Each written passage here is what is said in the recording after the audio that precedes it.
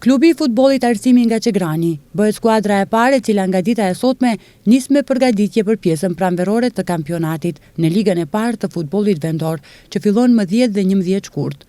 Pas grumbullimit të sotëm, para seancës së parë stërvitore, trajneri Vildan Saliu njoftoi futbollistët me plan programin e përgatitjeve që do të zhvillohen në 3 faza.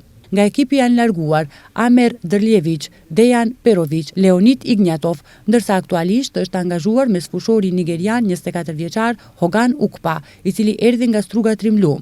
Ndërsa ekipi sipas të gjitha gjasave në Medulin do t'i bashkangjitet dhe qendërmbrojtësi 23 vjeçar nga Kolumbia Brian Kondumi. Arsimi deri të hënën do të punon në stadiumin me barë artificial në Gostivar, ndërsa nga e hëna në mbrëmje do të udhëtojë në Medulin të Kroacisë, ku do të qëndrojë 12 ditë. Në Bregdetin kroat, ku ka kushte ideale për punë, krahas seancave të rregullta stërvitore, parashihet që të zhvillohen dhe së paku 3 ndeshje kontrolluese me ekipe që gjithashtu përgatiten në Medulin.